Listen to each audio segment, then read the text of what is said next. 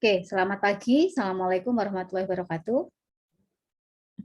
Waalaikumsalam. Waalaikumsalam warahmatullahi wabarakatuh. Ya, teman-teman gimana kabarnya hari ini? Alhamdulillah baik. Alhamdulillah baik, Bu. Alhamdulillah sehat, Bu. Baik. Ya, sudah satu minggu ya perkuliahan ya. Gimana? Ada kendala atau problem enggak selama satu minggu kemarin? Richard mau cerita? Ya, Alhamdulillah kalau dari saya sendiri masih lancar, Bu, selama ini. Masih lancar. Sudah mulai banyak tugas? Nggak seberapa sih, masih Berapa? Belum banyak ya. Jadi simpen Masih. energinya dulu ya. Iya, Bu. Lin, gimana Lin kabarnya? Masih baik, Bu. Masih baik ya. Semoga baik terus ya, Lin. Alhamdulillah belum ada kendala ya. Oke, minggu kemarin ada yang masih ingat kita diskusi tentang apa? Jangan-jangan sudah pada lupa gitu ya. Ayo, ada yang masih ingat minggu kemarin diskusi tentang apa? Saya ini tampilkan dalam bentuk kelas aja, biar kayak di kelas ya. Silahkan open cam-nya. Ya, oke. Ada yang masih ingat minggu kemarin kita diskusi tentang apa? Coba diingat-ingat. Waktu itu saya bareng dengan kegiatan vaksinasi. Terus siangnya apa? Setelah kuliah ketemu Afan ya, Van ya? Nggak ada ini Van, nggak ada Kipi ya, Van?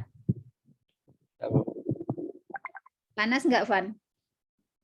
Alhamdulillah masih baik, Bu. Masih baik ya. Kemarin Afan ikut vaksin di Graha.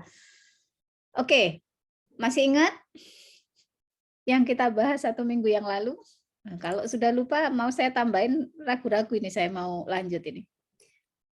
Kalau tidak salah tentang MPPL, Bu. Apanya? MPPL tentang apa? Kan pastilah kuliah MPPL kita pasti ngomong MPPL selama satu semester gitu kan? Nah, tentang apa, Lin? Tentang gimana caranya menjadi manajemen proyek, Bu. Gimana caranya menjadi manajemen proyek atau manajer proyek? Manajer proyek, tapi cuma sedikit doang sih. Sedikit doang. Yang banyak kemarin bahas apa? Masih ingat enggak?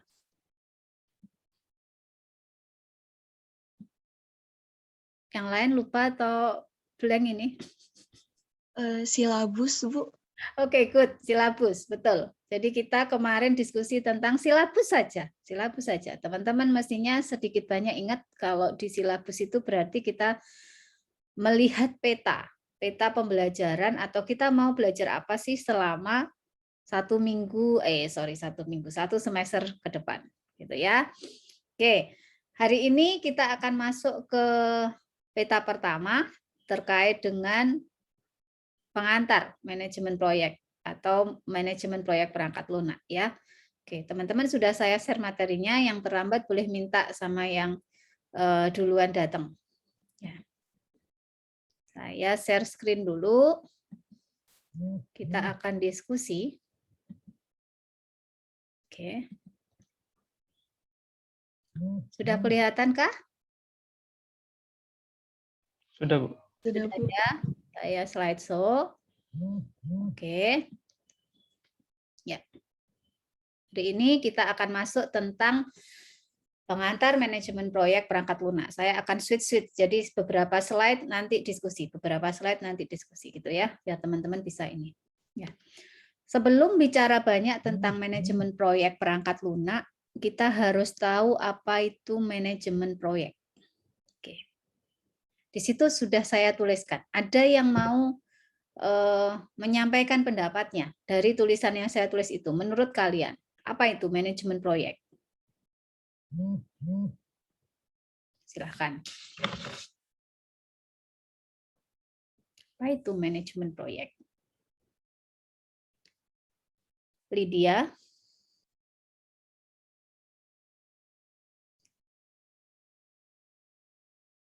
Kasih nomor 4 digit nomor NRP terakhir ya di depannya ya.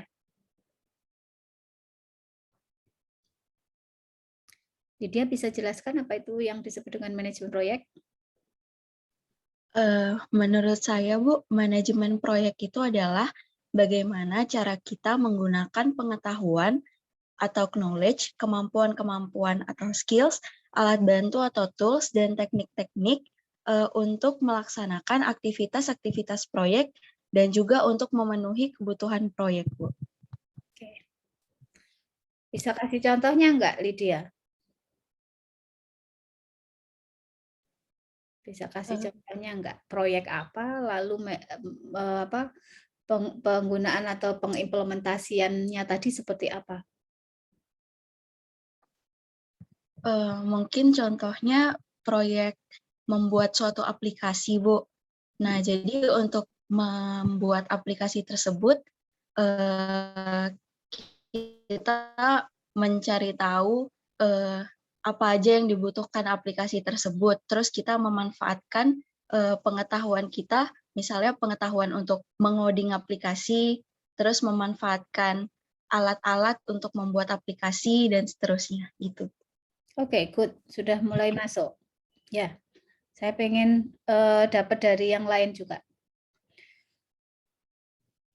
Ahdan, mana Ahdan? Hai Dan, Iya, Bu. kita potong Halo, rambut. Bu. Enggak, Bu, cuma diikat aja, Bu. Oke, kelihatan lebih rapi tuh. Apa Dan menurutmu manajemen proyek? Ini kita belum ngomong manajemen proyek perangkat lunak ya, tapi masih manajemen proyek. Kalau menurut saya, mungkin saya singkat aja apa itu manajemen proyek. Manajemen proyek itu pokoknya memanfaatkan resource-resource yang ada untuk untuk memanage kebutuhan proyek. Itu aja sih, Bu. Untuk singkatnya. Bukan memanage kebutuhan proyek ya, yang di-manage itu resource-nya. Oh. Tapi memenuhi kebutuhan proyek, ya, memenuhi kebutuhan proyek atau mendapatkan goal atau tujuan. Ya, jadi kalau kita lihat penggunaan atau implementasi, mengimplementasikan. Jadi di dalam manajemen proyek itu kita akan mengimplementasikan knowledge atau pengetahuan, kemudian skill atau kemampuan, ya teman-teman kan punya skill ya. Ini kalau memanage proyek berarti titik tekannya pada si PM, manajer proyeknya. Maka dia mengimplementasikan pengetahuan-pengetahuan, ya, kemudian skill-skill dia, lalu pakai alat bantu juga gitu ya, alat bantu atau tools, ya, dan juga teknik. Untuk apa? Menjalankan aktivitas-aktivitas, ya, tahapan-tahapan dalam proyek tersebut sampai dengan seluruh kebutuhan atau tujuan proyek itu tercapai. Teman-teman bisa lihat lagi untuk yang kedua ya. Yang kedua. Ya, di situ agak banyak.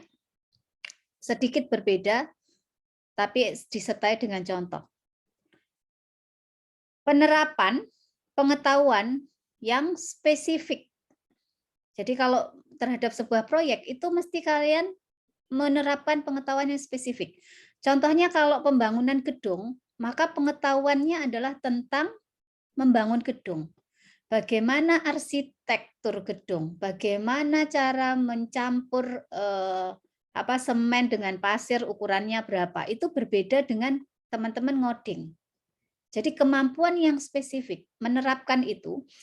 Kemudian kemampuan-kemampuan, skill, alat bantu atau tools, dan teknik-teknik untuk menyampaikan sesuatu yang berharga bagi manusia. Sebenarnya kata dasarnya di sini, menyampaikan sesuatu yang berharga bagi manusia. Apa sesuatu yang berharga bagi manusia itu banyak. Tapi activity yang teman-teman lakukan di dalam sebelum sampai dengan sesuatu itu terdeliver, itu bisa kita sebut sebagai manajemen proyek. Bisa difahami ya sampai di sini? Ada pertanyaan? Contoh, pengembangan perangkat lunak untuk meningkatkan proses bisnis. Kalau dulu FRS zaman saya banget FRS itu ngantri di depan pintunya dosen. Jadi ngantri pagi banget itu sudah ngantri di depan pintunya dosen. Padahal bisa jadi dosennya itu datangnya besok gitu ya. Jadi seharian itu di lorong, kalau teman-teman ingat mungkin kangen kampus juga. Di lorongnya pintu masuk itu full.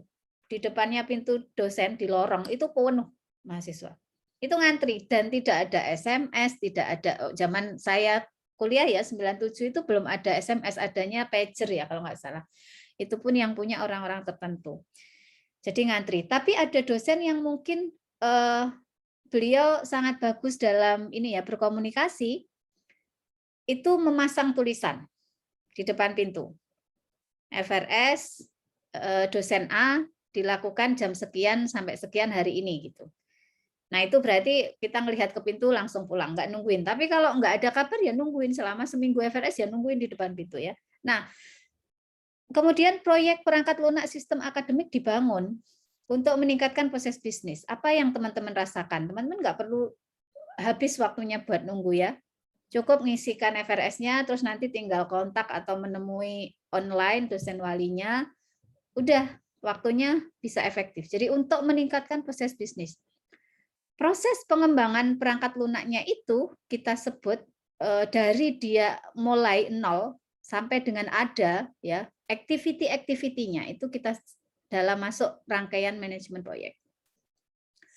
Yang kedua adalah pembangunan gedung-gedung. Ya, kalau membangun gedung itu kan tidak mungkin tiba-tiba bangun ya. Pasti ada perencanaan. Pasti ada apa? Pelaksanaan, kemudian monitoring, evaluasi gitu kan ya. Terus muter lagi, ada planning kalau ada sesuatu yang salah, dan seterusnya muter sampai dengan proyek selesai, sampai dengan gedungnya jadi. Ya. Kemudian usaha pengembalian pasca bencana alam, habis bencana alam, semua ludes, nggak ada, rata dengan tanah. Maka proses mengembalikan, membangun, itu juga disebut sebagai proyek. Manajemennya, kegiatan memanage proyek tersebut itu kita sebut sebagai manajemen proyek. Termasuk ekspansi penjualan menjadi pasar geografis baru, itu juga proyek. Karena dia punya goal, kemudian dia punya awalan, dan dia punya akhiran. Ada mulai, ada selesai. Sehingga kalau kita lihat, teman-teman lihat di slide berikutnya, bahwa proyek itu semuanya itu merupakan upaya untuk menciptakan nilai melalui produk, layanan, atau hasil yang unik. Jadi semua upaya yang menciptakan nilai melalui produk, layanan, atau hasil yang unik itu bisa disebut proyek. Nanti kalau teman-teman ada kegiatan, activity, lalu lihat ini menciptakan nilai, ada produknya, ada layanan, atau ada hasil yang unik enggak? Kalau ada, maka saya sebut ini sebuah proyek. PKM kalian, kalau ada yang ikut PKM, itu juga proyek. Sehingga itu harus di-manage, jangan dibiarkan mengalir begitu saja, tapi harus di-manage. Oke. Kalau sudah paham ini, teman-teman nanti akan lebih bagus. Ya, skill-nya akan lebih bagus dalam memanage sesuatu. Teman-teman, setelah ini ada apa? Kegiatan apa misalnya ya? Himpunan ada kegiatan skematik misalnya. Kemudian dia ada awal dan ada akhir. Maka itu pun bisa kita sebut sebagai sebuah proyek yang harus di-manage. Ya. Oke. Setiap proyek itu mempunyai tim, ada timnya. Ya, jarang sekali proyek yang dikerjakan sendiri. Mesti melibatkan orang lain untuk membantu. Ya. Kemudian ada biaya, ada jadwal, dan ada harapan atau tujuan yang perlu direalisasikan oleh tim. Oke. Setiap proyek adalah unik dan berbeda dengan operasi rutin. Ya, kayak mengajar ini rutin. Jadi ngajar ini meskipun ada proses yang hampir sama dengan proyek, tetapi mengajar ini bisa dianggap operasi rutin untuk dunia pendidikan. Tetapi dia bisa menjadi sebuah proyek apabila mengajarnya tadi itu kayak MBKM ya. MBKM itu menurut saya proyek. Merdeka Belajar Kampus Merdeka. Itu sebuah proyek itu. yang dimana di situ ada perencanaan, kemudian ada orang yang terlibat, ada biaya yang dikeluarkan, ada penjadwalannya, sampai dengan MBKM itu dinyatakan selesai. Ya, oke. Ada pertanyaan teman-teman sampai di sini? Nggak ada. Oke, next ya. Nah, ini masih ngomong manajemen proyek loh ya, belum masuk ke manajemen proyek perangkat lunak. Ini saya kebalik nulisnya, bukan proses proyek manajemen, tapi proses manajemen proyek. Ya. Proses manajemen proyek itu pasti ada mulainya dan ada selesai. Itu dulu yang dipegang. Kalau kalian ada proyek, nanti pasti ada awal dan akhir. Kalau lagu itu kau yang mulai, kau yang mengakhiri. Nah, ada yang mulai, ada yang mengakhiri gitu. Tapi kalau hubungan masa depan itu mestinya bukan proyek ya. Ya ada yang memulai ya akhirnya pasti mungkin kalau salah satu pass away gitu ya mungkin hubungannya berakhir gitu. Tapi itu enggak jarang orang yang merencanakan gitu kan ya tiba-tiba ketemu jodohnya menikah sudah begitulah. Ya, Evelyn. Oke. Nah, kita lihat di dalam sebuah proyek itu pasti ada namanya inisiasi. Jadi pasti kita ayo yuk bikin A gitu ya, itu inisiasi. Ketika inisiasi disepakati, maka akan mulailah fase planning. Perencanaan. Kita akan mengumpulkan sumber daya. Siapa nih yang mau ikutan gitu ya? Berapa uang yang kita punya untuk mengerjakan proyek ini? Kemudian mulainya kapan, selesainya kapan? Itu kita lakukan planning. Akhirnya jadilah yang namanya jadwal. Jadi ada jadwal, kemudian ada resource, ada apa. Ini biasanya kalau teman-teman terlibat dalam sebuah proyek, ini teman-teman membuat proposal. Itu fase planning. Jadi pada saat membuat proposal itu, teman-teman melakukan fase perencanaan atau planning. Di situ, makanya kalau bikin proposal itu jangan hanya sekedar memenuhi template. Tapi kalian harus membayangkan bahwa saya mulai kapan, saya selesai kapan, selama proses atau selama jadwal itu saya akan melakukan apa, siapa yang saya libatkan, berapa dana yang saya butuhkan. Maka kalau sama nanti teman-teman TA ya, teman-teman TA itu jangan blank-blankan, project itu TA itu. Maka teman-teman harus inisiasi, saya mulai kapan, selesai kapan. Jangan cuman, pokoknya saya ambil topik Bu, kapan selesai? Ya kalau nggak semester ini, semester depan Bu, itu berarti kalian nggak punya planning. Oke? Kalau memutuskan saya selesai semester ini Bu, berarti hitung, tarik mundur. Wisuda misalnya ya, wisuda untuk semester ini itu kapan? Ujiannya kapan? Kemudian harus mengumpulkan buku kapan? Maka itu kalian tarik mundur. Pada saat mengumpulkan buku itu berarti proyek selesai. Harus sudah ngumpul gitu kan ya. Tarik agak mundur lagi, agak maju lagi gitu ya. Berapa minggu di-spend biar kalau molor itu kalian masih bisa ngejar waktu. Setelah itu baru di planning. Ya, baru di planning. Saya mau ngapain saja, mau melakukan apa, pada saat kapan, kira-kira butuh biaya enggak, butuh resource lain enggak, begitu ya. Nah, itu di proposal, perencanaan. Makanya biasanya di dalam tugas akhir itu selalu ada proposal. Proposal tugas akhir. Ini sebenarnya untuk memastikan, jadi penguji ataupun dosen pembimbing, mau memastikan apakah teman-teman itu sudah punya plan yang bisa direalisasikan dalam waktu tertentu. Oke. Setelah planning, maka dilakukan eksekusi. Ya, eksekusi. Eksekusi atau menjalankan planning. Kalau eksekusinya ada yang bleset, naik lagi untuk di planning kembali, direncanakan kembali, lalu dieksekusi, direncanakan, dieksekusi, direncanakan, dieksekusi.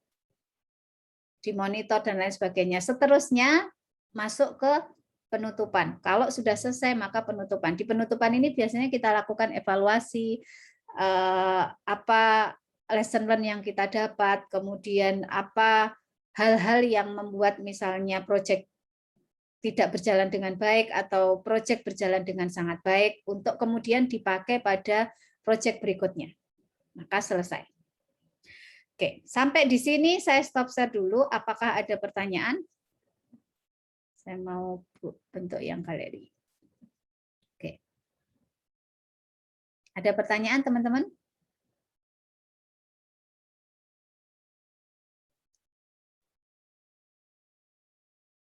Ada? Cukup? Saya lebih suka kalau kalian open cam ya. Open cam itu berarti siap kuliah. Oke. Lanjut. Permisi Bu, ada yang resign. Oke, silakan. Terima kasih. Ya, Dixon. Panggilannya siapa? Dixon. Ya, Dixon, Bu. Silakan, Dixon. Oke, terima kasih kesempatannya. Ini, Bu, saya mau nanya, kan dari tadi membahas manajemen proyek, Bu. Apakah semua yang pekerjaan yang unik, sekecil apapun itu harus kita lakukan manajemen proyek, Bu? Apakah misalkan ada sebuah proyek lah, katakan yang skopnya cukup kecil sehingga, atau proyek yang kita sendiri, Bu, ya, selain TA itu kan cukup besar ya, yang kecil-kecilan itu apakah bisa, Bu, kita jalankan dengan lancar, nggak pakai teknik-teknik manajemen proyek, jadi kita jalankan sambil jalan aja, apakah bisa, Bu, atau bagaimana, Bu? Bisa kasih contohnya nggak, Dixon? Bisa kasih contohnya? Proyek yang sekecil apa? Misalkan ini, Bu, ya, misalkan kita ini diberi tanggung jawab untuk apa ya contohnya? Nah, membuat website untuk profil pribadi gitu, Bu. Jadi isi websitenya itu ya profil saya sendiri gitu, Bu. Misal saya mikirnya, oh ini rencananya atau saya maunya itu selesai dalam 2 minggu, tapi nggak saya pakai manajemen proyek gitu, saya jalan biasa sengodingnya aja, itu apakah bisa, Bu, atau sebaiknya sekecil apapun kita tetap terapkan ya sedikit banyak ada teori manajemen proyeknya gitu, Bu? Oke, terima kasih, Dixon. Pertanyaan sangat bagus. Saya mengundang teman yang lain untuk berkomentar atau menyampaikan tanggapannya atau pendapatnya dari pertanyaan Dixon. Silakan. Ada yang mau merespon pertanyaan Dixon? Biasanya kalau disuruh siapa? Silakan yang buka mic. Saya Muhammad Dafa mencoba menanggapi ya. Kalau semisal sekecil apapun itu menurut saya tetap harus dibutuhkan manajemen proyek, semisal proyek yang tadi membuat profil website. Kalau semisal nggak dipakai ilmu manajemen proyek, nanti bisa-bisa yang awalnya di planning 2 minggu jadi molor-molor terus karena tidak dilakukannya manajemen proyek. Mungkin itu sih, Bu, menurut saya. Terima kasih. Sama-sama. Betul, Dava. Ada yang punya pendapat lain? Jadi meskipun silakan Bayu AS. Silakan yuk. Oh, halo. Mungkin karena izin menjawab, Bu. Mungkin menanggapi. Mungkin karena udah adanya planning itu tadi sendiri kan sudah masuk ya ke bagian dari perancangan proyek ya. Berarti dengan tidak langsung kalau sudah adanya planning dan sudah ada inisialisasi atau apa tadi? Berarti udah ada perancangan apa? Udah ada manajemen perancangan juga, manajemen proyek juga di sana, Bu. Oke. Fajri silakan. Ya, Bu, izin menanggapi. Kalau dari saya pribadi sih, yang dibilang sama Dixon tadi itu merupakan suatu proyek yang dimana dalam proyek sendiri kita butuh manajemen proyek yang tadi seperti yang dibilang sama teman-teman saya, tapi saya mungkin lebih mengarah ke proyeknya aja sih, Bu. Mungkin bisa membuat proyek itu lebih terarah. Yang seperti teman saya bilang, mungkin ada anggaran, mungkin ada target awal, target akhir.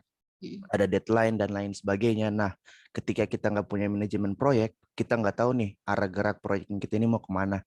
Jadi itu gunanya manajemen proyek, Bu. Dan ya baik individual maupun tim, saya rasa semuanya butuh manajemen proyek, Bu, untuk bisa memaksimalkan proyek itu. Makasih.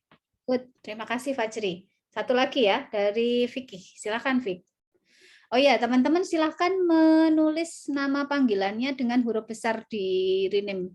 Huruf besarnya panggilannya Rizky, berarti Rizky-nya yang dibesarin. Ya, saya akan panggil teman-teman sesuai dengan nama panggilan kalian. Silahkan, Vicky, apa Rizky, apa Tolib? Oh ya Bu, izin menyampaikan pendapat ya. Mungkin yang sesuai dibilang Diksan tadi mengenai contoh membuat CV profil web ya. Menurut saya itu kita kembali lagi ke kebutuhannya masing-masing, kayak apa yang dipersiapkan. Contoh semisal Diksan membuat CV profil web tapi tidak menentukan mungkin penjadwalannya. Kemudian di sini juga di PPT ada yang saya baca dibilang setiap proyek mempunyai tim, biaya, jadwal. Nah, semisal tidak memenuhi poin-poin tersebut, menurut saya bukan suatu manajemen proyek sebut dibilangnya. Jadi menjawab pertanyaan Dixon, belum tentu menggunakan manajemen proyek itu, Bu. Oke. Karena mungkin tadi Dixon ngerjain CV profil webnya sendiri gitu, Bu. Sedangkan di sini dibilang perlu punya tim dan sebagainya, Bu. Oke, terima kasih. Rizky. Kritis juga ya melihat ada apa namanya, oh ini kayaknya enggak deh, enggak memenuhi gitu ya. Oke. Kita lihat ya, teman-teman. Setiap proyek itu memang punya awal dan akhir. Kemudian ada goal atau harapan yang dituju ya. Untuk dibilang itu sebuah proyek. Ya. Apakah ini punya tim atau tidak begitu ya. Memang kalau di secara teoritis di Project Management Institute, jadi saya ambil itu dari Project Management Institute, bahwa setiap proyek itu punya tim, punya biaya, dan juga punya waktu atau jadwal.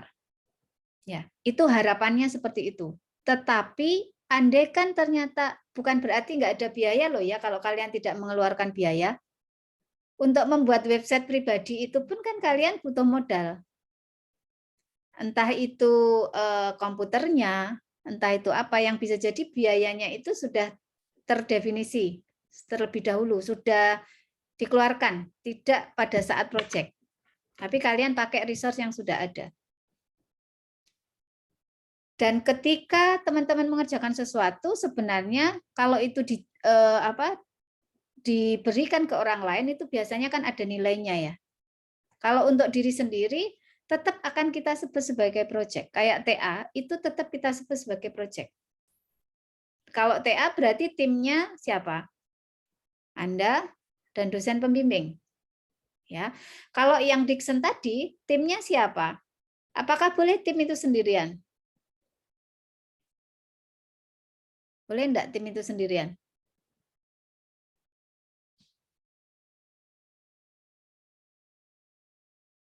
Boleh, Dan? Kayaknya boleh, Bu. Kayaknya boleh ya. Kan biasanya kalau dibagi berkelompok, kalian tapi boleh sendiri. Ya, berarti tetap timnya adalah diri kita sendiri. Dan mungkin sebenarnya ada hidden team. Ada hidden team, orang yang tidak kita anggap tim, tetapi sebenarnya nanti kita perlu bantuan juga untuk melakukan sesuatu. Nah, kembali ke pertanyaan Dixon, apakah hal sekecil apapun itu perlu manajemen proyek? Ya, saya balik ya, bahwa ilmu manajemen proyek ini sangat teman-teman perlukan untuk teman-teman bisa memanage setiap activity dengan baik.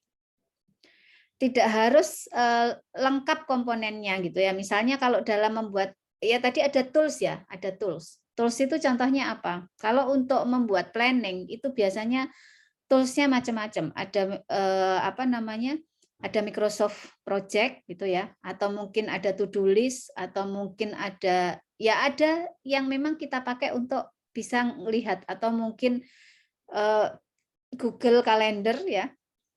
Bisa jadi itu kita jadikan tools untuk planning. Tanggal sekian misalnya Dixon pengen, ya pasti harusnya kalau mau berhasil lakukan manajemen proyek. Kalau hanya pokoknya saya pengen punya website, ya bisa molor nanti gitu ya. Bisa bahkan 2 minggu tidak dapat apa-apa karena nggak ada planning, nggak ada eksekusi, nggak ada ini. Ya. Terjawab, Dixon? Jawaban saya perlu. Ya, terjawab, Bu. Sangat terjawab. Terima kasih. Ya, jawaban saya perlu. Masalah teman-teman. Gimana, Bu? Ya, jawaban saya perlu. Masalah teman-teman akan menggunakan secara lengkap atau tidak toolsnya, itu urusan berikutnya. Tetapi perlu dilakukan manajemen project. Ya, oke. Oke, balik ke ini ya. Kalau yang tadi bukan ada setiap proyek harus ada timnya, harus ada biayanya. Nah, yaitu nanti di ini apa namanya, kalau nggak punya biaya kan biayanya bisa biayanya orang yang tidak dibayar gitu kan. Kayak TA itu kan teman-teman biayanya apa? Yang teman-teman perlukan kalau di dalam TA itu biaya apa? Boleh tahu? Sampai TA dikatakan selesai. Kalau online gini berarti kalian perlu biaya komunikasi. Ya, nggak ada pulsa, nggak bisa bimbingan sama dosennya. Gitu ya. Kalau sudah selesai nanti perlu dicetak jadi buku. Perlu biaya cetak. Ya. Nah, biaya-biaya itu ditulis. Nanti misalnya harus survei, saya perlu biaya survei. Masalah itu ternyata orang tua yang memberi atau dosennya yang ngasih dari sisi proyek, yaitu masuk dalam komponen biaya tetap. Ya, jadi teman-teman harus bisa juga memplanning. Biasanya kalau di dalam proposal TA nggak masuk di ini apa namanya, nggak masuk di proposal ya, biaya TA itu tidak tertulis di proposal karena kalian nggak dapat support pendanaan dari manapun. Ya, tetapi sebenarnya kalau di dalam manajemen proyek Anda sendiri selain proposal yang dikumpulkan, kalian boleh untuk men-state biayanya apa, diperlukan kapan. Ya, sehingga nanti bisa menyisihkan dana untuk ke sana. Baik, kita lanjutkan lagi materinya ya. Kalian boleh tutup cam-nya atau tetap dibuka juga nggak apa-apa ya. Bentar.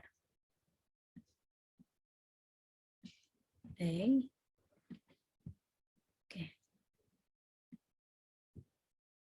Nah, ini ada pertanyaan. Apa bedanya manajemen proyek dengan rekayasa perangkat lunak? Ada, kan sudah dapat mata kuliah RPL ya? Ada yang bisa jawab? Apa bedanya manajemen proyek dengan rekayasa perangkat lunak? Biasanya orang cenderung menganggap, oke, Fauzan silakan.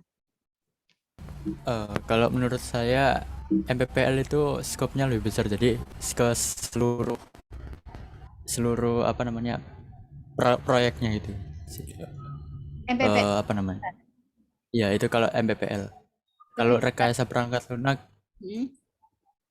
kalau rekayasa perangkat lunak itu lebih ke perancangannya. Jadi kan kemarin itu dijelaskan kalau perancangan perangkat lunak itu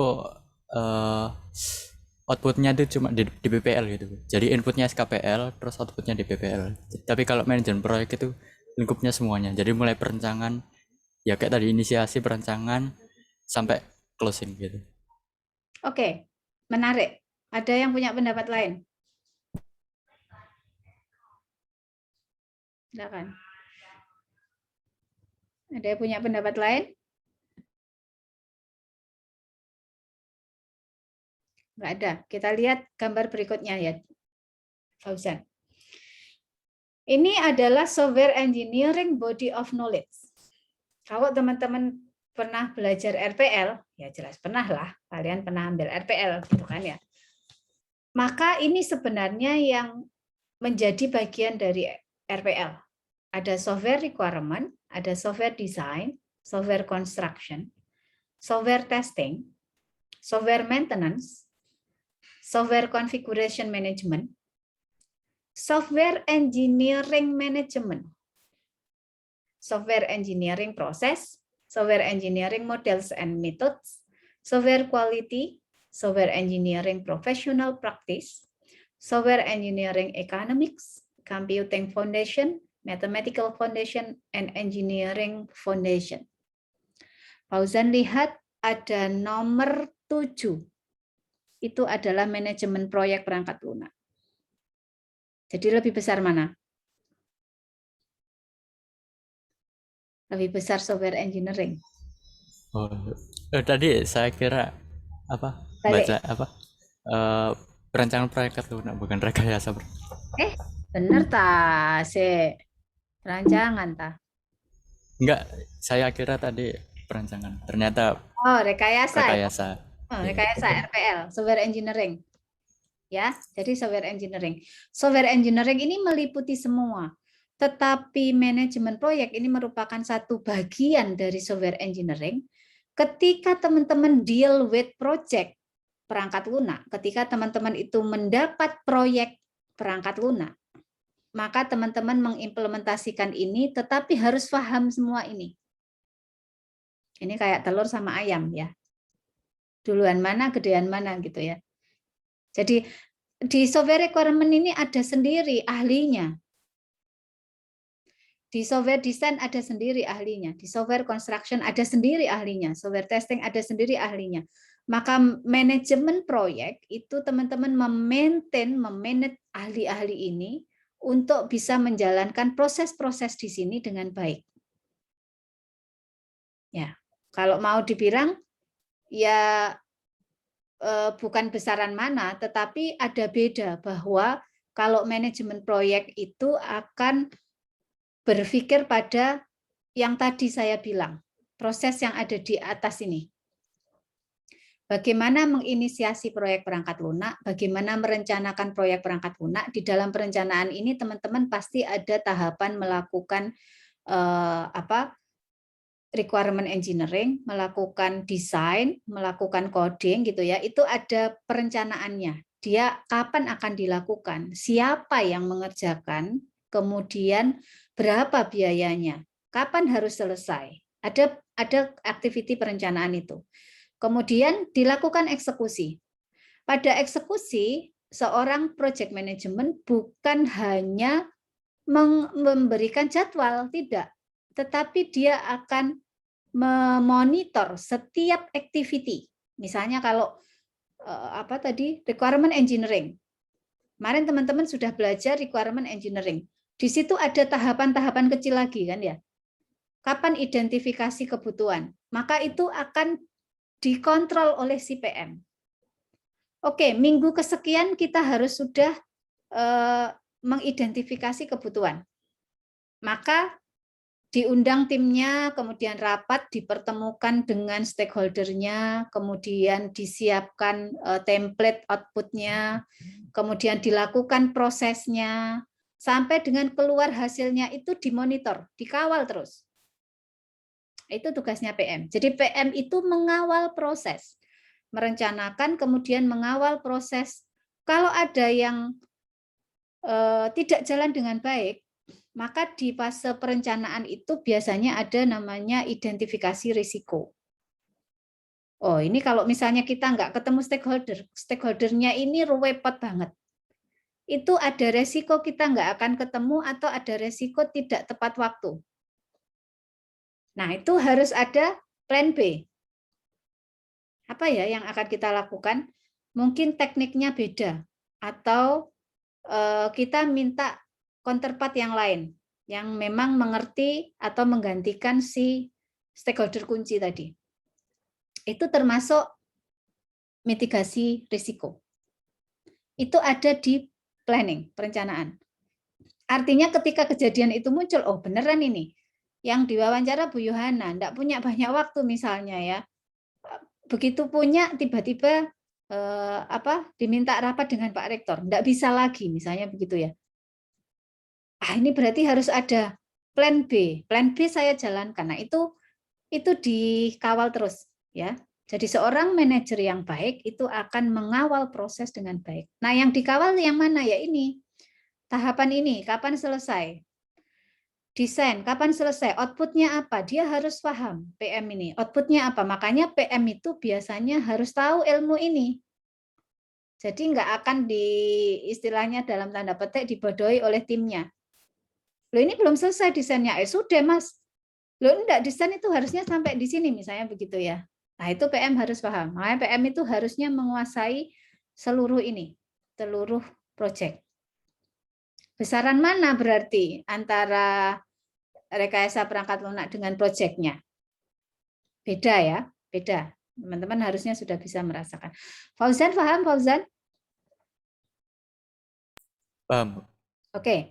Jadi teman-teman karena apa namanya di rekayasa perangkat lunak itu sangat mungkin kalian mendapat proyek, maka teman-teman harus punya ilmu manajemen proyek. Makanya MPPL itu wajib, ya, mata kuliah wajib. Meskipun bukan perangkat lunak, teman-teman perlu ilmu manajemennya. Misalnya nanti dapat proyek jaringan atau dapat proyek apa misalnya data science, ya, atau dapat proyek analisis data misalnya, itu tetap memerlukan manajemen yang bagus. Ya, maka silakan nanti teman-teman yang tidak berjalan di bidang minat RPL tetap kuasailah ilmu manajemen proyek ini. Tapi memang studi kasus kita ini adalah proyek perangkat lunak. Itu ya. Oke, jadi apa yang dimaksud dengan manajemen proyek perangkat lunak? Itu saya jelaskan. Sekumpulan aktivitas perencanaan, pengorganisasian, pengarahan, dan pengendalian proyek perangkat lunak. Perangkat lunaknya bisa didetailkan atau diganti dengan kata lain ya. Kan ada definisi perangkat lunak ya. Yang menggunakan pengetahuan, skill, alat bantu, dan teknik-teknik tertentu. Jadi sekumpulan aktiviti ini kita sebut sebagai manajemen proyek perangkat lunak. Oke, sampai di sini ada pertanyaan? Ada di chat? Oh, silahkan. Sorry, Richard baru baca. Ya. Ada pertanyaan, teman-teman? Saya izin dulu apa? Powernya hampir habis. Cukup? Yang paham bisa raise hand.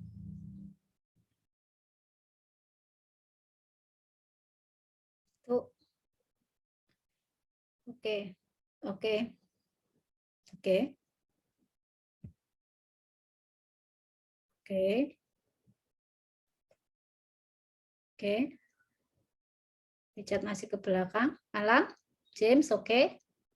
Lydia.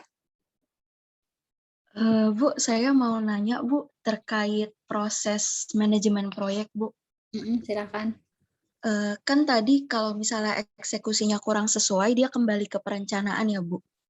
Terus di perencanaan itu ada proses pembuatan proposal.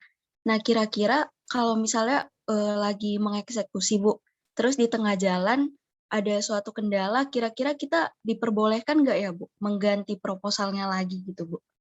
Oke, pertanyaan yang bagus Lydia. Di dalam perencanaan itu memang ada pembuatan proposal. Boleh turunkan tangannya teman-teman? Lydia saja ini tadi kayaknya yang saya cek enggak ini. Tidak angkat tangan. Jadi memang pembuatan proposal itu salah satu output perencanaan ya. Salah satu outputnya perencanaan itu proposal. Tapi bukan berarti kalau kita balik ke perencanaan itu harus bikin proposal lagi, enggak. Ya.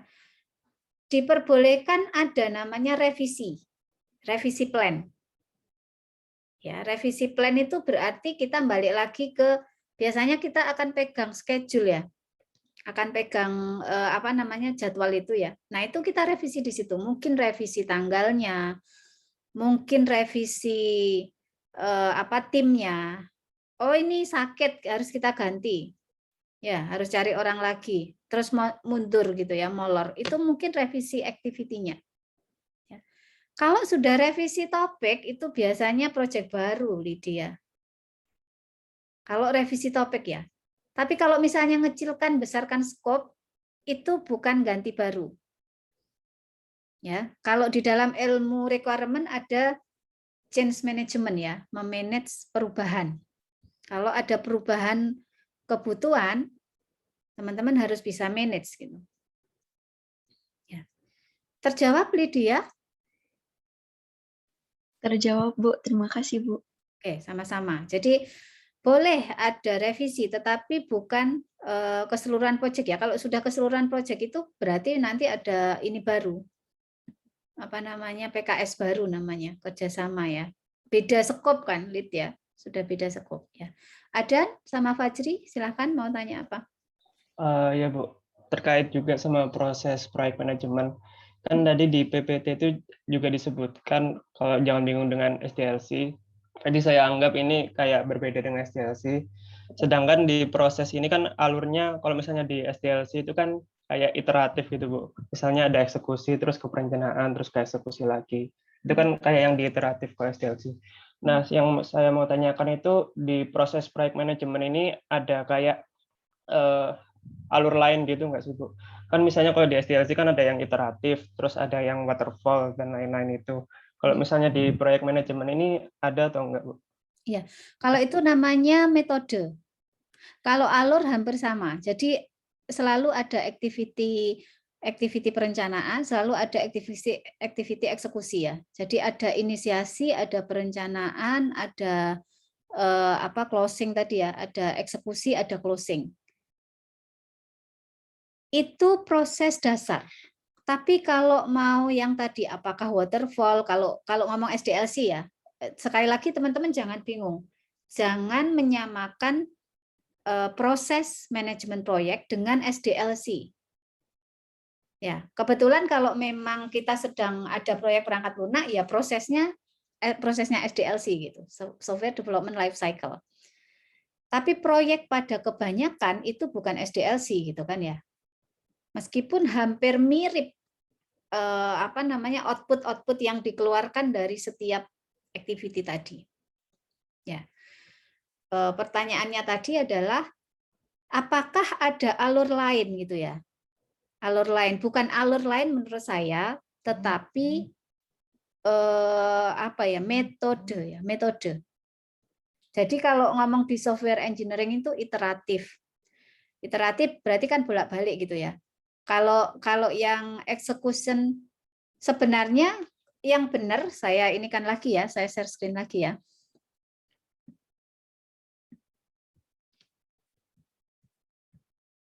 Nih ya, jangan bingung dengan software development life cycle ya.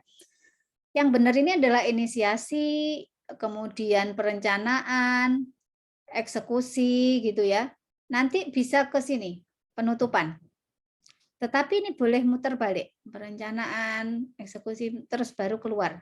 Ya, jadi ini tuh ada garis yang ini mungkin saya ke kirian ya. Ini harusnya di tengah ininya, tutupnya ya.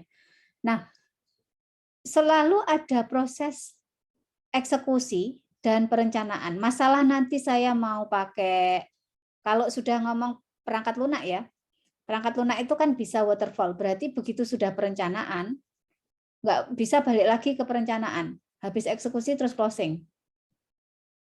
Kalau saya mau pakai yang agile itu bahkan perencanaan sama eksekusinya itu saya ambil kecil-kecil. Ambil kecil-kecil itu maksudnya apa, Bu? Jadi satu fitur saya planning, lalu saya eksekusi, selesai lagi saya akan planning fitur berikutnya, saya eksekusi, selesai lagi saya akan planning lagi fitur berikutnya, saya eksekusi, begitu, sampai dengan saya closing. Tetapi secara dasar, proses di manajemen proyek ini, itu adalah ada planning, eksekusi, ada inisiasi, planning, eksekusi, dan closing. Ya, ini proses dasar. Bisa difahami, Adan? Bisa, Bu. Oke, Fajri, mau ditanyakan atau disampaikan? Oh iya Bu, kan tadi berdasarkan PPT Ibu kan ada beberapa software body of knowledge ya Bu. Maksudnya yang ingin saya tanyakan di sini kan MPPL tadi itu merupakan, yang saya simpulkan itu merupakan suatu controlling lah terhadap perangkat lunak gitu. Nah yang saya ingin tanyakan itu personnya itu boleh beda nggak Bu? Jadi ada person yang untuk manajemennya, ada person yang untuk eksekutornya, dan Ya mungkin misalnya saya ambil contoh misalnya software design. Misalnya mungkin ada orang yang tidak tahu software design tapi bagus dengan terhadap manajemen proyeknya mungkin. Kemudian dia merekrut orang yang mungkin bisa software ahli dalam software engineer, software desainnya. Itu bisa nggak Bu dalam suatu proyek itu? Atau emang dalam manajemen proyek ini kita dituntut juga untuk tahu salah satu atau menitik beratkan kepada salah satu software yang mana kita ahli Bu? Itu gimana? Ya, Pak Jri, pertanyaan yang bagus.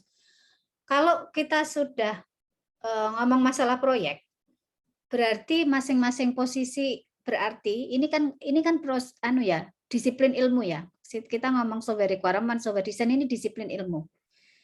Kalau kita punya proyek perangkat lunak, maka harus beda orangnya. PM itu harus spesifik, satu biasanya. Nggak mungkin PM-nya itu banyak, kecuali ada asisten PM ya mungkin ya. Jadi PM itu harus satu, harus hanya ada satu matahari. Ya, PM itu satu. Kemudian, apakah PM juga ngoding? Harusnya tidak. Loh Bu, tapi PM saya ngoding ya, itu mungkin resource-nya kurang. Atau biayanya nggak nututi sehingga dia punya kemampuan coding dan dia turun coding. Kalau namanya PM itu biasanya benar-benar dia nggak sampai turun untuk ngoding atau dokumentasi atau desain gitu, Pak. Jadi PM punya sendiri, analis punya sendiri, kemudian desainer punya sendiri, programmer punya sendiri, idealnya.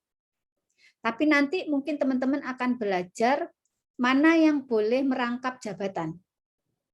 Ya, kayak coding, coder, itu nggak boleh rangkap jabatan dengan tester. Kenapa? Ya, dia tugasnya unit test, bukan yang sistem tes. Sistem tes itu harusnya ada tester sendiri. Kalau dia yang ngetes, dia nggak akan merasa ada something wrong. Maka dua jabatan itu nggak boleh dirangkap. Tapi apakah boleh misalnya desainer sekaligus juga coder? Boleh. Karena ini nggak bertentangan.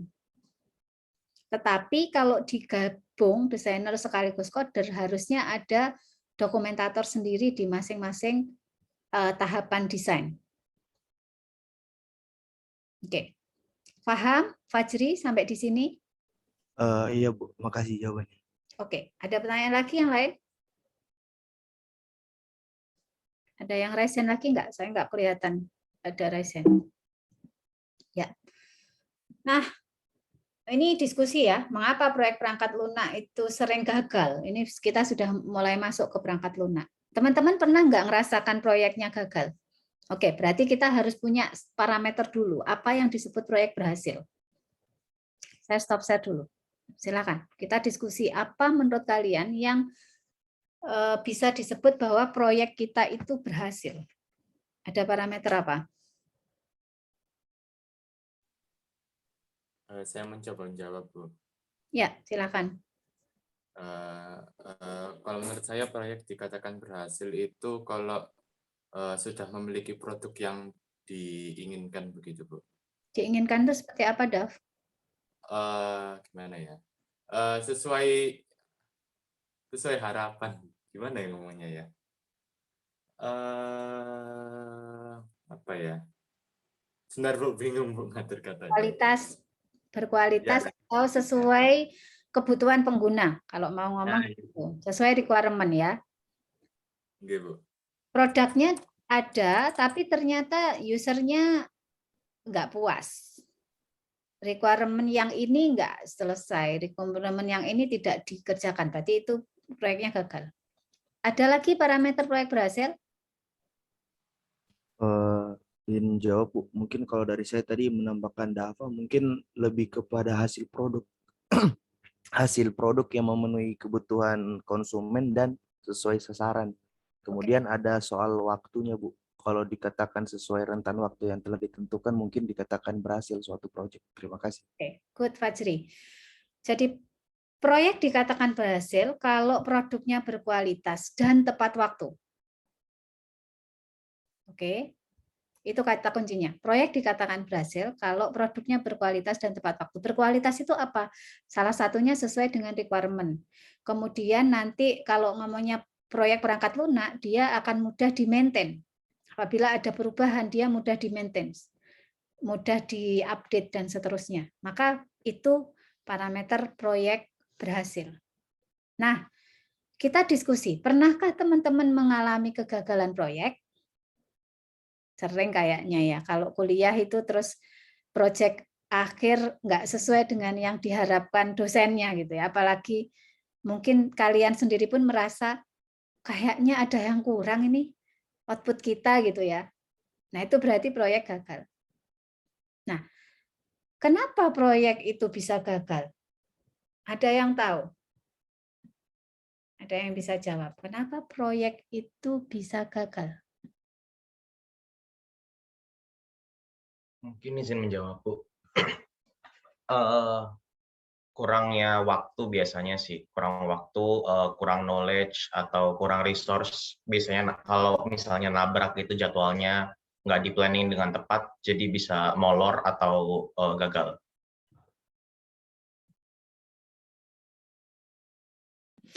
Berarti bisa jadi kegagalannya itu adalah di salah planning. Iya, Bu. Atau kalian nggak melakukan planning, langsung ngoding, langsung buat, berarti nggak ada planning. Nah, itu juga bisa, Bu. Ya kan? Jadi kalau ada proyek kelompok itu, ya sudah langsung aja, kamu buat si ini ya, fitur A, kamu fitur B, fitur C gitu. Terus gagal. Karena nggak ada planning, maka berarti planning harus dilakukan terlebih dahulu ya. Kalau di PPT saya itu kita coba urai, lihat lagi ya. Ya. Kenapa proyek PL gagal? Satu, orang cenderung ngoding dulu baru memahami persoalan. Jadi kalau dapat proyek itu langsung buka kode. Baru memahami ini bisnis prosesnya apa ya? Ini kita suruh apa ya begitu ya? Berarti tahapan desainnya nggak dilakukan, nggak dilalui. Kenapa dengan ngoding teman-teman merasa bahwa itu dapat kemajuan? Kalau sudah ada codingnya itu kelihatan sudah ada progresnya. Ya, kalau ditanyain dosennya, gimana TA-nya? Merasa kalau belum ada codingnya itu belum ada progresnya, itu salah. Ya, jadi kalau kalian ngerjakan TA, bukan berarti kalau ada kode itu sudah berprogres. Kalau tidak ada kode, merasa tidak ada progres, itu salah. Memang memang produknya itu adalah hasil kodenya, itu produk ya. Tetapi ketika kalian gagal merencanakan, maka kalian akan gagal. Ya, apalagi kalau kalian tidak ada perencanaan, maka kegagalan pasti di depan mata. Jadi sekali lagi, satu, biasanya orang cenderung ngoding dulu. Baru di coding itu terus, iki gak ngene ya, apa namanya, baru memahami persoalan. Ini prosesnya apa begitu ya pada saat ngoding. Nah, itu yang bahaya ya. Kemudian memprogram seawal mungkin sama dengan keuntungan atau seolah-olah sudah terlihat. Yaitu tadi, merasa kalau sudah ada codingnya itu nanti di mata user itu sudah sekian persen. Ya. Ya apa Mas, proyeknya tekan ngendi gitu. Kalau kita sudah bisa demo itu kayaknya sudah prosesnya sangat jalan banyak. Padahal enggak. Yaitu tadi harus bisa planning. Dosen itu ketika ngasih tugas kalian final project itu pasti menghitung proses, menghitung time dengan baik. Ya. Nggak mungkin final project-nya bikin software tapi dikasihnya itu cuma 1 minggu. Kalau softwarenya besar, kalau softwarenya kecil sangat mungkin ya 1 minggu sangat mungkin. Tapi kalau softwarenya besar nggak mungkin dikasihnya 1 minggu, pasti atau jauh-jauh hari.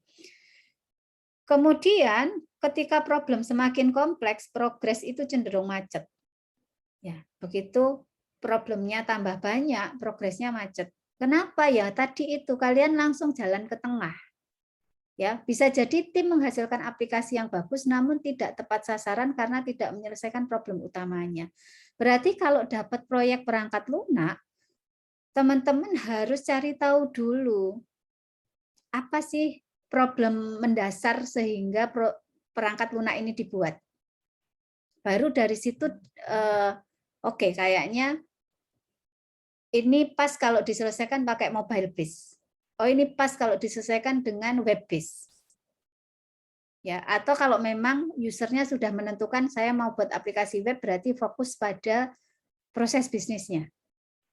Problem utamanya di mana, proses bisnisnya apa, baru setelah itu kalian lakukan desain. Ya, jadi ada requirement dulu, desain itu harus dilewati. Berikutnya, kenapa proyek gagal? Tidak tepat memperkirakan cakupan proyek. Jadi teman-teman merasa waktunya 2 minggu. Dalam hitungan, teman-teman pasti bilang, masih banyak waktu. Nanti tak coding 3 hari selesai kok. Ya, itu berarti salah memperkirakan cakupan proyek. Cakupannya memang terlihat kecil, tapi kalian merasa saya 3 hari selesai nih ngoding, sehingga waktu 2 minggu yang dikasihkan dosennya nggak digunakan dengan baik. Ya, karena berpikir cakupannya kecil. Lah gimana biar kita tahu cakupan proyek? Ya itu tadi, berarti harus diurai. Ada fitur apa yang akan direalisasikan, baru tahu cakupan proyek. Ya. Problem yang kompleks terlihat sederhana karena kurangnya pemahaman terhadap domain masalah. Berimbas pada disetujuinya deadline proyek yang sebenarnya mustahil. Seringkali gitu ya, user itu mesti kalau minta, nanti mungkin teman-teman sudah kerja atau beberapa kemarin bilang sudah pernah ikut proyek ya. User itu semakin cepat semakin baik. Kalau ditanya waktunya berapa Bu gitu. Saya pun meski sudah pernah jadi direktur DPTSI, kalau saya punya kebutuhan lalu manggil teman-teman DPTSI, waktunya berapa Bu? Secepat mungkin. Nah, usernya bilang secepat mungkin, kalian nggak bisa hitung. Secepat mungkin itu berapa, Bu? 1 bulan bisa? Kalau 1 bulan itu saya menghitung orangnya clear. Dia nggak sharing project. Jadi kalau di DPTS itu suka mengerjakan project A juga project B juga project C. Sharing resource. Kalau saya bilang 1 bulan itu asumsi nggak ada sharing project. 1 bulan. Tapi kadang project manager itu mikirnya 1 bulan itu nggak ditawar gitu ya. 1 bulan itu nggak memperhitungkan molor. Padahal ada resiko-resiko project itu molor. Jadi kadang ini ya deadline itu menyebabkan molor. Ketika mendekati deadline dan progres masih belum cukup banyak, muncul kepanikan tim. Ya, panik, lewes panik itu buntu ya. Di pikiran buntu.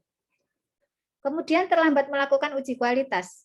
Bukan terlambat lagi, seringkali proyeknya teman-teman itu nggak diuji kualitasnya. Contoh kalau project mata kuliah ya. Di akhir tahun seringkali teman-teman ada project kan, itu nggak pernah diuji saya yakin. Baru jadi tadi malam, demo sekarang. Ya, berarti nggak ada waktu nguji gitu. Padahal sebenarnya sebelum kita deliver ke user, teman-teman harus uji. Jadi solusi tidak tepat sasaran pada problem utama. Ini harus diuji apakah software kita memang sudah memenuhi requirement. Ini ngujinya gimana? Menjalankan use case. Jadi use case yang kalian buat itu dijalankan, apakah dia sudah sesuai. Kalau nguji kan biasanya cuma nguji debug kan. Sudah kalau nggak ada debug itu berarti aplikasi sudah nggak ada error gitu. Padahal bisa error proses bisnis dan seterusnya. SKPL berisi pernyataan yang tidak atau kurang tepat. Kesalahan teknis pada rancangan arsitektur dan kode sumber. Rencana pengujian tidak rinci. Fungsionalitas PL banyak yang tidak tercakup dalam pengujian. Jadi bisa jadi yang diuji atau teman-teman tidak melakukan uji. Sehingga uji kualitas itu harusnya masuk dalam aktivitas proyek perangkat lunak. Paham ya? Oke. Ada pertanyaan sampai sini? Saya break 5 menit. Silahkan yang mau mau ini badan boleh dulu. Valda, saya break 5 menit dulu ya. Ya, yang mau buka WA boleh silahkan. Ya, refreshing sebentar. Saya stop share dulu. Ya. Break 5 menit, kita kembali 8.41 ya. Oke.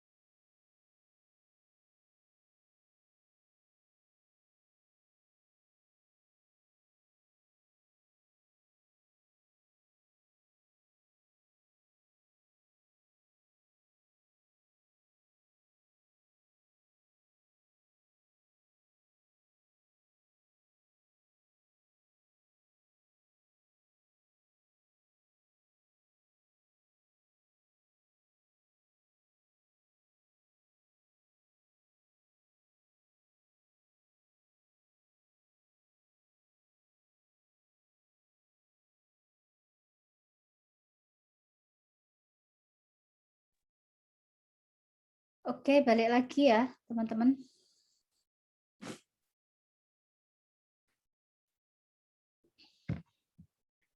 Ya, kalian saya perbolehkan kalau minum atau ngemil gitu silahkan ya.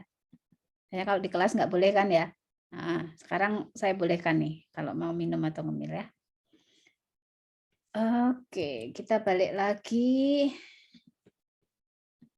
ke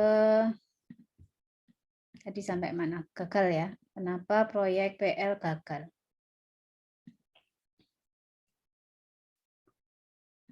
Share screen. Oke.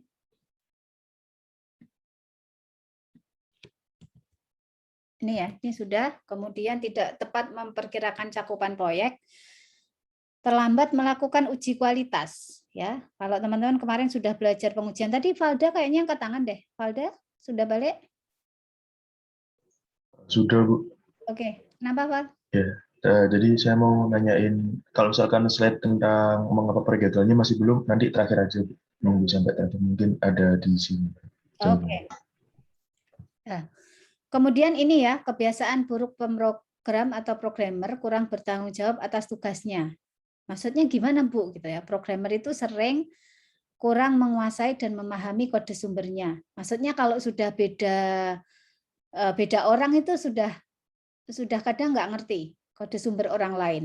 Atau kalau sudah lewat satu proyek, kemudian dapat proyek baru lagi, balik ke proyek lama itu kadang sudah lupa kodenya ini tentang apa ya gitu ya. Nah, makanya itu biasanya kaitannya dengan dokumentasi kode. Kode pun harus didokumentasikan ya dengan baik.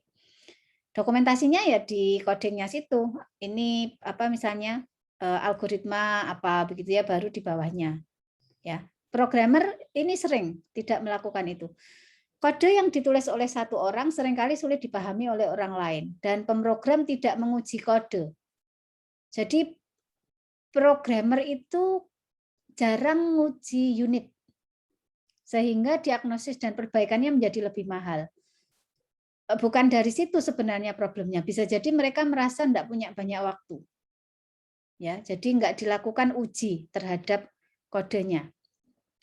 Lalu kurangnya pemahaman terhadap cakupan proyek secara keseluruhan. Apalagi yang menyebabkan proyek gagal, kesalahpahaman tentang pengujian. Asumsinya bahwa penguji pasti akan menemukan semua error pada aplikasi. Ya.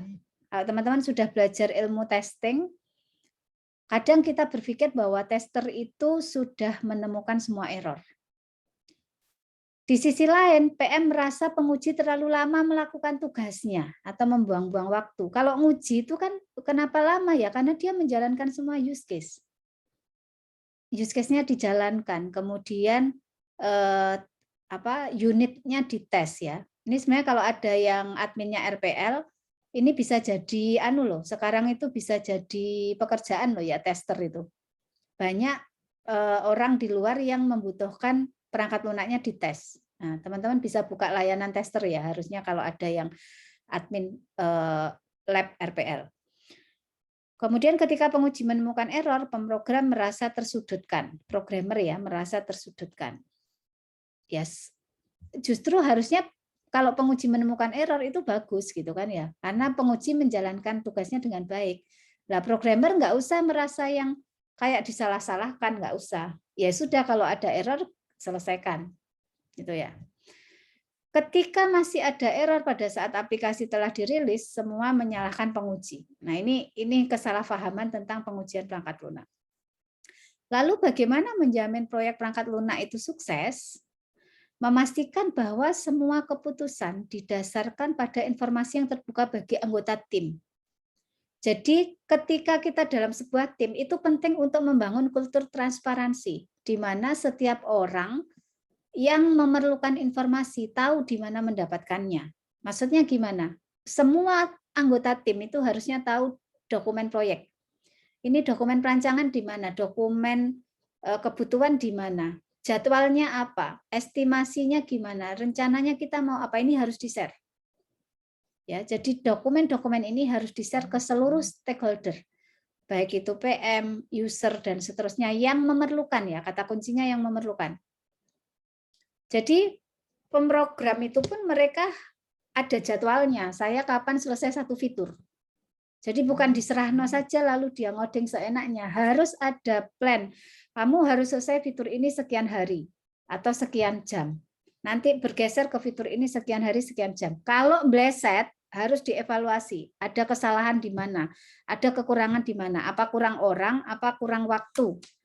Itu harus segera diidentifikasi, tidak nunggu proyeknya selesai baru identifikasi balik. Paham ya?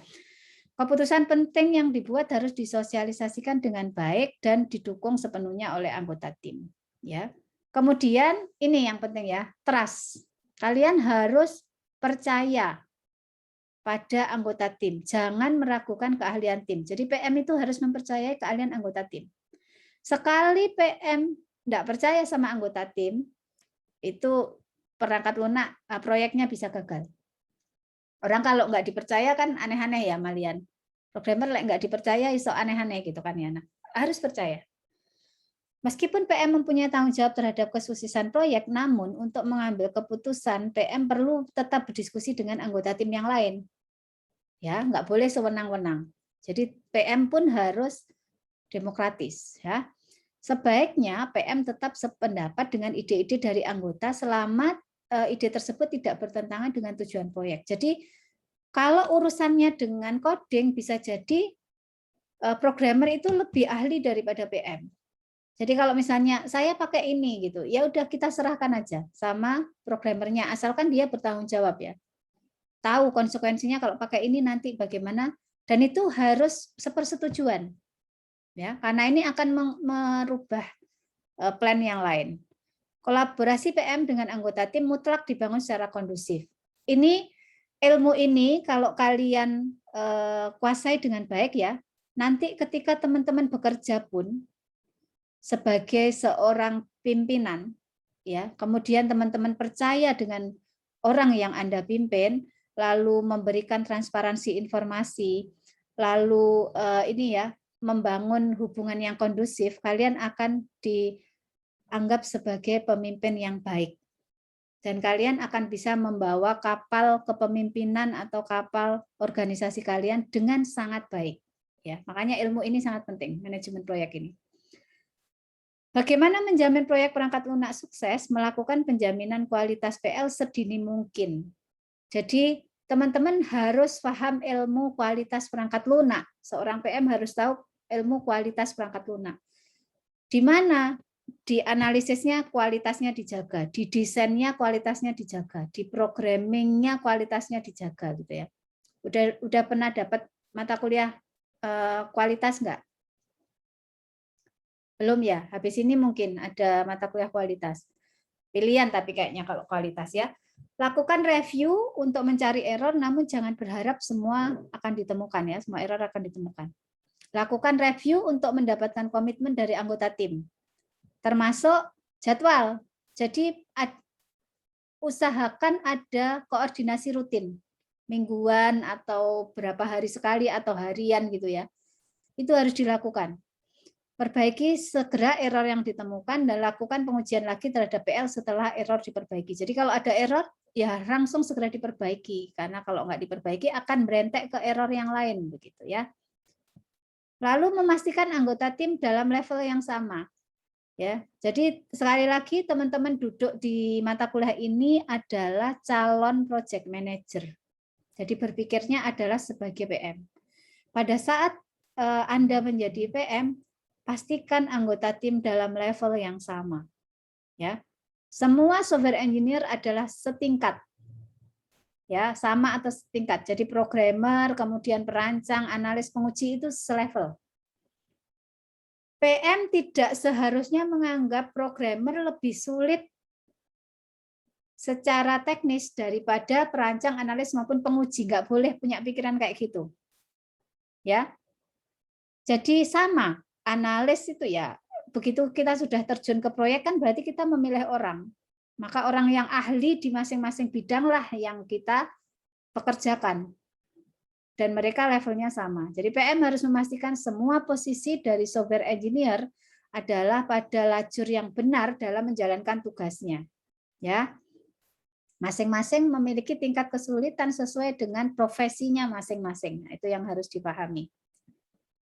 Cara tercepat untuk mengerjakan proyek PL adalah dengan mempraktekkan prinsip-prinsip rekayasa secara baik. Ya, PM dan anggota tim sebaiknya tidak menghilangkan beberapa tahapan, khususnya estimasi, review, requirement gathering, dan pengujian. Itu nggak boleh dihilangkan ya. Dan semua anggota tim harus memastikan bahwa untuk menghemat waktu dan meningkatkan kualitas diperlukan perencanaan yang baik dan sedini mungkin error harus ditemukan. Oke, jadi kuncinya adalah perencanaan yang baik. Makanya kalau ada tugas terus langsung ngoding atau kalau ada TA teman-teman langsung ngoding gitu ya, nggak mari-mari. Apalagi nggak punya plan saya harus selesai kapan. Lek gak ditanyain dosen pembimbingnya ya hilang aja wes ngeblas gitu ya. Nah itu gak selesai nanti. TA-nya teman-teman ya. Saya harap siapapun yang ikut kuliah saya di manajemen proyek harusnya TA-nya tepat waktu. Oke. Valda, tadi ada yang mau ditanyakan sudah di end of slide. Silakan. Baik Bu. Mungkin yang mau saya tanyakan, kalau misalkan ini Bu, hasil produk dari proyeknya itu sudah bagus, sudah memenuhi target waktu juga sudah bagus gitu Bu. Tapi ada kendala di proses pembiayaan Bu, di mana pembiayaannya membengkak atau lebih besar, terus kita nombokin gitu. Nah itu apakah proyeknya dianggap sukses atau dianggap gagal ya Bu? Iya, proyeknya dianggap gagal. Ya, tadi lupa ya kita. Satu lagi komponen yang menentukan keberhasilan proyek adalah biaya. Biayanya nggak boleh torok gitu ya. Biayanya nggak boleh sampai ini. Kalau sebenarnya kalau biayanya itu membengkak itu indikasi bahwa kalian salah planning. Nggak bisa ngeplan, nggak bisa mengestimasi biaya. Biayanya diestimasi sekian ternyata membengkak. Itu berarti salah planning. Itu bisa disebut gagal, Valda. Jadi selain kualitas yang baik tadi ya, selain kualitas yang baik, tepat waktu ya biayanya juga sesuai dengan biaya semula. Ya, syukur-syukur malah badi gitu ya. Tapi untungnya itu bukan karena kalian memanipulasi, tapi karena mungkin manajemen yang bagus sehingga hitungan orang atau apa kalian bisa hemat. Ya, monitoringnya bagus, kemudian timnya kompak gitu ya. Terus ternyata ada hemat sekian gitu ya, biaya tak terduga itu nggak kepake gitu. Oke, cukup saya kira. Ada pertanyaan teman-teman? Masih ada waktu kan 1 jam ya, jam 10 ya. Masih ada waktu 1 jam. Saya ganti dengan tugas. Tugasnya adalah masing-masing orang nanti langsung diunggah di akhir ini ya. Habis ini saya buatkan tempat pengunggahan. Masing-masing orang silahkan mengevaluasi pernah ikut proyek apa. Kemudian menurut Anda gagal atau berhasil. Itu satu. Jadi proyek apa, gagal atau berhasil. Satu. Yang kedua, kalian sebut kalau ngomong gagal, kenapa gagal? Dan bagaimana biar berhasil seharusnya. Oke, kalau berhasil juga disebutkan kira-kira apa yang membuat proyek Anda itu berhasil. Apakah keberuntungan, apakah manajemen yang baik gitu ya. Bisa paham? Template-nya bebas. Mau pakai PPT boleh, mau pakai Word boleh, mau pakai gambar boleh ya. Saya pengen lihat kreativitas teman-teman. Mau pakai Miro mind map itu juga boleh, silakan. Ya, jadi sebutkan nama NRP, kemudian pernah ikut proyek apa, satu proyek aja yang disebut ya. Pernah ikut proyek apa, sebagai apa, kemudian coba evaluasi apakah proyek Anda itu gagal atau berhasil menurut kacamata Anda. Kemudian lihat PM-nya. Lihat PM-nya. Ya, kenapa bisa gagal? Kenapa, kemudian bagaimana bisa seharusnya agar bisa berhasil. Cukup? Ada pertanyaan? Ya, saya akan coba set nanti kuliah kita tidak akan full untuk kuliah misalnya sampai dengan jam 10, tetapi saya akan selalu menyisipkan tugas di akhir ini ya, dan tugasnya tidak akan memakan waktu kalian di luar jam harusnya. Kalau kalian bisa bekerja dengan baik, 1 jam cukup kan untuk mengevaluasi proyek yang pernah diikuti ya. Boleh proyek mata kuliah, boleh proyek beneran yang memang kalian dapat upah atau honor gitu ya. Maupun proyek pribadi yang mungkin tidak ada honor dan lain-lain, coba dievaluasi ya. Kalian boleh cerita banyak di situ. Stylenya boleh style pakai cerita ini juga boleh ya, jangan yang formal-formal. Saya pernah gitu ya, kayak style cerita boleh ya, atau kalian dalam bentuk video juga boleh. Jadi modenya saya bebaskan ke kalian untuk tugas kali ini. Ya, ada pertanyaan? Bu, izin bertanya, Bu. Boleh, silakan. Iya, mengingat tadi selain faktor kualitas, biaya, dan faktor pendukung suksesan proyek lainnya, nah planning itu kan termasuk hal yang penting kan. Nah, biar planningnya itu bagus atau sesuai proyek itu ada tipsnya gitu apa tidak, Bu? Ada. Oke, pertanyaan yang bagus. Biar planningnya bagus itu ada tipsnya enggak, Bu? Tipsnya gini, kalau kalian sedang mendapatkan proyek, bayangkan kalau kalian itu menjalankan proyek. Oke, dalam planning itu bayangkan bahwa kalian berjalan dari waktu sekarang sampai dengan proyek itu selesai. Jadi harus perenungan memang Alam. Lalu setelah membayangkan apa Bu? Setelah membayangkan, tuliskan bayangan Anda dalam kertas oret-oretan dulu, baru setelah itu lakukan planning yang lebih bagus dengan Microsoft Project atau mungkin pakai Kanban atau apa begitu, pakai tools. Jadi misalnya gini, oke, biar proyek berhasil itu berarti identifikasi dulu output-nya apa saja.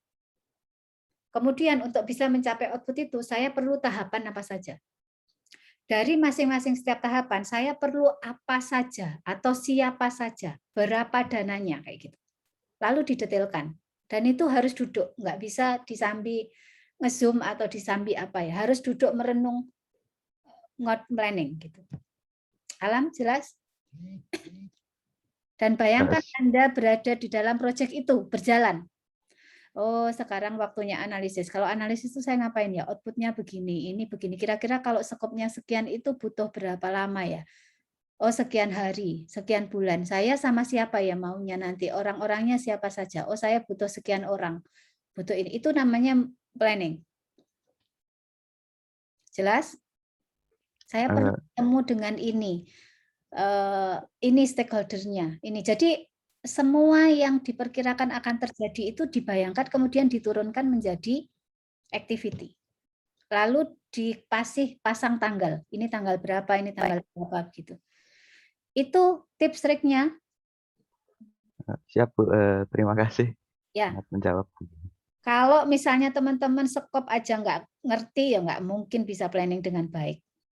Ya, makanya begitu project itu berarti teman-teman harus bisa membayangkan outputnya apa, hasil akhirnya. Skopnya sebesar apa, baru bisa ngeplan. Ada lagi pertanyaan? Cukup? Bu. Oh ya, silakan. Pak Fajri dulu, silakan. Oh iya, izin nanya sih Bu. Ini harus berkaitan dengan IT ya Bu? Atau mungkin boleh kayak sosial gitu? Atau humanis kayak gitu? Atau harus berkaitan dengan IT? Oke, karena tadi saya bilang manajemen proyek belum masuk ke proyek perangkat lunak, boleh yang umum. Yang umum ya? Oh. Yang umum. Untuk menguasai dulu ilmu dasarnya dulu ya, ilmu dasarnya. Baru nanti kita bawa ke perangkat lunak. Ya. Oh iya, iya Bu. Sama kalau final project boleh nggak Bu? Soalnya kan rentan waktunya bukan kita yang tentuin kan, tapi dari. Boleh. Boleh. Oh, oke. Final project boleh. Disebut ya final project-nya buat apa gitu ya, project apa. Tadi siapa, Dava? Iya Bu, saya. Gimana Pak? Izin bertanya Bu, untuk tugasnya ini project yang sudah berakhir atau yang sudah masih berjalan ditulis Sudah juga? berakhir, saya nggak mau yang sedang berjalan. Sudah berakhir, karena kalian melakukan evaluasi. Ini namanya mencari lesson learn. Mencari lesson learn. Jadi proyek yang sudah berakhir. Saya yakin kalian banyak proyek itu. Mata kuliah semester kemarin kan sudah selesai. Satu aja, pilih satu aja yang kalian tahu betul proyek itu dan tahu itu gagal atau berhasil, lalu kenapa kira-kira, kenapanya bandingkan dengan teori yang tadi kita bahas ya. Teori yang kita bahas, jadi baca PPT lagi. Oh ini kayaknya nggak sesuai, oh kayaknya yang ini nih yang menyebabkan proyek saya gagal gitu ya. Jadi sambil teman-teman menguasai kembali teori yang barusan saya berikan.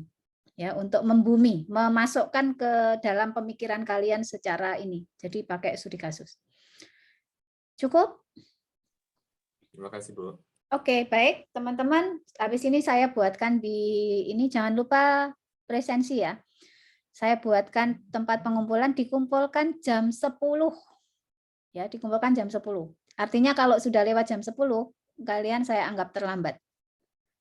Ya, itu bagian dari manajemen proyek. Bagaimana kalian bisa tepat waktu mendeliver produk. Oke, setuju? Ya. Baik, teman-teman, terima kasih kuliah hari ini. Semoga menjadi ilmu yang bermanfaat buat kita semua. Tetap semangat, jaga kesehatan ya. Kalau ada kesulitan atau bingung, boleh nanti tanya di grup. Kalau saya nggak jawab-jawab, segera putuskan sendiri. Ya, agar kalian tidak terlambat mendeliver produk. Ya, oke. Gian ini kayaknya dari tadi keluar masuk, nanti minta tolong dikasih tahu biar tidak loss ya. Gian Ega Wijaya. Ya, minta tolong salah satu bisa bantu. Oke, teman-teman, sampai jumpa minggu depan insyaallah. Selamat pagi menjelang siang. Assalamualaikum warahmatullahi wabarakatuh.